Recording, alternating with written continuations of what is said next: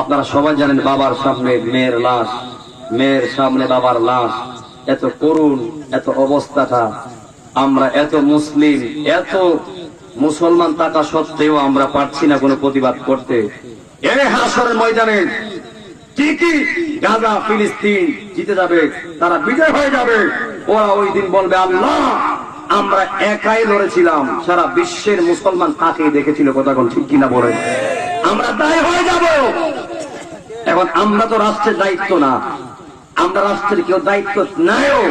রাষ্ট্র থেকে যে আইন যে নির্দেশ আসবে আমরা সেটাই মানবো। তবে আপনারা বলুন, যেই গাজা যেই মসজিদ আকসাকে ওই ইসরায়েলি বাহিনীরা দখল করার চেষ্টা করছে, এরা আগেও করছিল, এখনো করছে, ভবিষ্যতে করবে। আপনারা বলুন তো, ওরা কি চেষ্টা করলেই মসজিদ আকসাকে তারা দখল করতে পারবে? কেন পারবে না? যেই মসজিদ আকসাতে আমার নবী ইমাম হয়ে 2 রাকাত নামাজ পড়িয়েছে, যেই মসজিদে 1,26,000 পয়গম্বর আমার নবীর পিছনে মুক্তাদি হয়েছিল, যেই মসজিদে 1,26,000 পয়গম্বর নবীদের কদম লেগেছে, রাহমাতুল লিল আলামিনের কদম লেগেছে, ওই মসজিদ আকসা নিয়ে ষড়যন্ত্র করতে পারবে কেউ চাইলে ওই মসজিদ আকসাকে দখল করতে পারবে না। আপনারা বলেন ঠিক কিনা বলেন? আমরা একটা প্রতিবাদ করবো, সবাই আছেন ইনশাআল্লাহ? সবাই ডান হাত তুলে দেখি।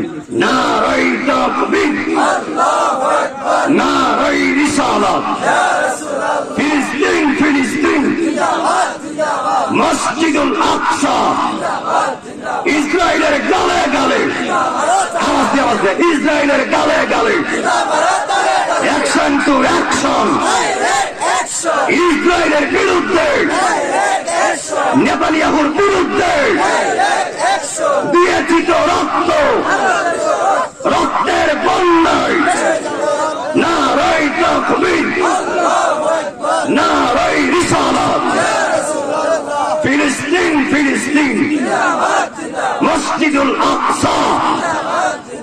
আল্লাহ আপনার গাইবি ভাবে ওই ফিলিস্তিন গাজাবাসীকে আপনি সাহায্য করুন।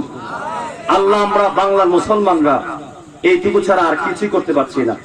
আল্লাহ আমরা হাত পাও বাঁধা, আমরা না পাচ্ছি যেতে, না পাচ্ছি সইতে। আল্লাহ গো, তুমি না উত্তম ফায়সালাকারী, আল্লাহ তুমি না হেফাজতকারী, আল্লাহ তুমি হেফাজত করলে